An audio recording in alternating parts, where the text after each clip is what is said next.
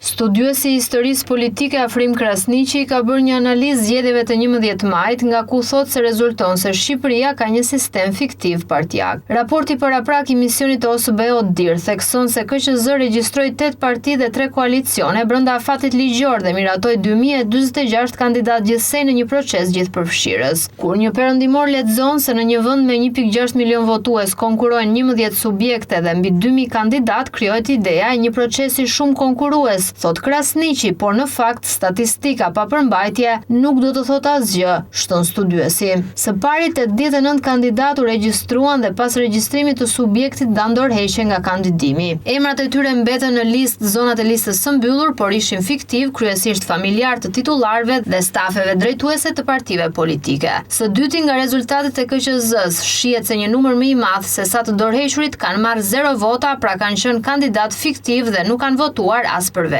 Së treti, disa subjekte elektorale janë fiktiv, hynë në proces vetëm për të krijuar idenë e pluralizmit konkurrues dhe ofertave klienteliste. Së fundi, edhe emërimet janë të pasakta, për shembull forca politike që kishte emërimin koalicion në fakt ishte parti dhe një tjetër që kishte emërimin parti në fakt ishte koalicion, dhe kjo për të krijuar idenë e prurjeve të shumta, zgjerimit dhe hapjes, thot ndër të tjera Krasniqi, ndërsa shton se ligji mbi partitë politike përcakton kufirin 3000 firma për krijimin e një partie politike, duke supozuar se çdo parti merr automatikisht mbi 3000 vota në çdo zgjedhje. Në këto zgjedhje, 2 prej partive kanë fituar përkatësisht 2.2 dhe 1.1 vota, pra shumë më pak se sa numri i nevojshëm për ekzistencën e një partie politike, dhe secila prej tyre ka pasur 186 kandidat, në total 372 kandidat me 3.3 vota, me mesatare më pak se 9 vota për kandidat, thot Krasniqi. Ai thekson se Shqipëria vijon të ketë një sistem fiktiv partijak, e nisi në 1991 me 11 subjekte, nga të cilat 6 ishin organizata të masave të PPSH-s, dhe pas 35 vitesh koncepti mbetet i njëjtë, subjekte të krijuara dhe sponsorizuara që hyjnë në procese vetëm për të krijuar idenë e pluralizmit. Studiuesi thekson se Shqipëria ka nevojë etike për reformimin e legjislacionit mbi partitë politike.